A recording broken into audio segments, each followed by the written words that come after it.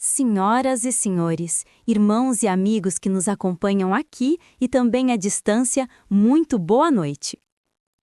Hoje teremos um debate de extrema importância para todos aqueles que desejam conhecer a verdade das Escrituras e discernir o que significa ser um verdadeiro servo de Deus. O tema do nosso debate é: como identificar um autêntico servo de Jeová, segundo os ensinamentos do Novo Testamento? Teremos dois debatedores que irão apresentar suas convicções.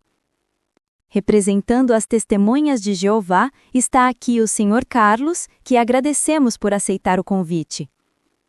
Representando a fé evangélica pentecostal da Igreja Assembleia de Deus, está aqui o pastor Edmilson Matias, a quem também agradecemos pela disponibilidade. Reforçamos que este é um debate teológico, não pessoal. Aqui, cada um terá voz, cada um apresentará sua crença e o público terá a responsabilidade de ouvir, confrontar, refletir e decidir. Se gostar, se inscreva, deixe seu comentário e seu gostei. Deus abençoe a todos. Boa noite a todos. Meu nome é Carlos. Nós, testemunhas de Jeová, desejamos servir a Deus da forma que consideramos mais fiel às Escrituras, buscando imitar Jesus e proclamar o reino. Estamos aqui para apresentar nossa fé com respeito e clareza. Que este debate traga entendimento e reflexão espiritual a todos. Obrigado pela oportunidade. A paz do Senhor Jesus. Eu sou o pastor Edmilson Matias e estou aqui para examinar doutrinas, não atacar pessoas. Jesus ama vocês e nós também. Mas Jesus disse: conhecereis a verdade e a verdade vos libertará. E os apóstolos ensinaram uma fé cristocêntrica, onde Jesus é exaltado como Deus, Salvador e Senhor. Meu compromisso é com aquilo que foi pregado desde o princípio, que o Espírito Santo nos guie e ilumine. João capítulo 17, versículo 3 declara que o Pai é o único Deus verdadeiro e Jesus é o enviado. Isso prova que Jesus é inferior ao Pai. Se Jesus não é Deus, como podem adorá-lo? Logo, é uma criatura. João 1, versículo 1 declara: o Verbo era Deus.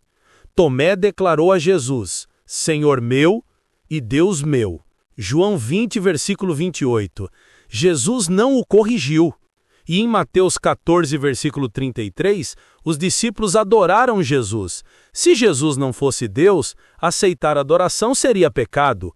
Portanto, um verdadeiro servo de Jeová honra o Filho como honra o Pai. João 5, versículo 23.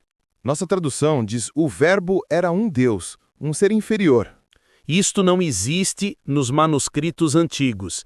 Essa tradução era um Deus. Só surgiu em 1950, pela Torre de Vigia, sem apoio acadêmico.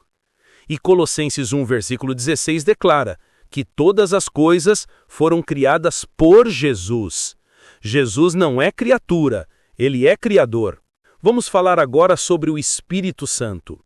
Atos capítulo 5, versículos 3 e 4, afirma: mentiste ao Espírito Santo, não mentiste aos homens, mas a Deus. Como o Espírito Santo pode ser apenas uma força, como ensinam as testemunhas de Jeová, se pode ser mentido, falar, decidir e se entristecer? Para nós, isso expressa a ação do poder de Deus, não de uma pessoa. Uma força não fala, não ensina, não decide. O Espírito Santo disse: separai-me a Paulo e Barnabé, Atos 13, 2. Isso é decisão pessoal. Negar isso é negar o próprio ensino de Jesus sobre a pessoa do Espírito Santo, que, segundo Cristo, veio para lembrar e ensinar todas as coisas aos discípulos. Vamos falar agora de autoridade doutrinária.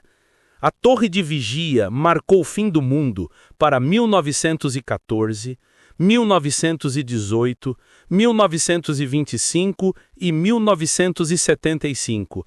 Deuteronômio 18, 22 diz que quando uma profecia falha, não veio de Deus. Como confiar em uma organização que repetidamente errou previsões? Consideramos esses ajustes como entendimento progressivo e não como um erro doutrinário. Isto não existe nos manuscritos antigos. Essa tradução era um Deus, só surgia em 1950 pela Torre de Vigia, sem apoio acadêmico. E Colossenses 1, versículo 16 declara que todas as coisas foram criadas por Jesus. Jesus não é criatura, ele é criador. Vamos falar agora da Bíblia, a autoridade da doutrina. A Torre de Vigia marcou o mundo para várias datas. Deuteronômio 18, 22 diz que quando uma profecia falha, não veio de Deus. Como confiar em uma organização que repetidamente errou previsões? Consideramos esses ajustes como um entendimento progressivo e não como um erro doutrinário. Isto não chama erro de entendimento progressivo. Chama de falsa profecia. E Gálatas capítulo 1, versículo 8 diz que quem prega outro evangelho deve ser rejeitado. O assunto agora é a salvação. A salvação vem por servir a Jeová e viver conforme os padrões do reino. Obras são essenciais. Como vocês podem dizer que a salvação é pela fé? Efésios capítulo 2, versículos 8 e 9 ensina: pela graça sois salvos, por meio da fé, e não vem das obras. As obras são resultado, não condição. Se a salvação dependesse de obras, Cristo teria morrido em vão. Mas Tiago diz que a fé sem obras é morta. Sim, mas Tiago não diz que obras salvam. Ele diz que quem é salvo produz obras. A árvore não dá fruto para virar árvore. Ela dá fruto porque já é árvore. Muito bem, agradeço a esse debate, esse entendimento com Carlinhos, mas o Carlinhos diz em uma verdade com muita clareza que vocês se organizam através de uma sede política de um país nos Estados Unidos. E nós confessamos um Jesus que tem salvação por ele só. Concluo afirmando que o verdadeiro servo de Jeová reconhece que Jesus Cristo é Deus, Salvador e Senhor. Recebe o Espírito Santo como pessoa divina, que guia, fala e santifica. Segue o Evangelho dos Apóstolos e não doutrinas criadas por organizações humanas, para que, no nome de Jesus, se dobre todo o joelho e toda língua confesse que Jesus Cristo é o Senhor. O servo verdadeiro não exalta uma sede nem um corpo governante, exalta Cristo. Cristo no centro, Cristo é a mensagem, Cristo é o Salvador, Cristo é Deus, e como ele mesmo afirmou, sem mim nada podeis fazer. E Pedro vai além, e nenhum outro há salvação, e nenhum outro nome é dado aos homens pelo qual importa que sejamos salvos. Só o nome de Jesus garante salvação. Atos 4:12. Obrigado.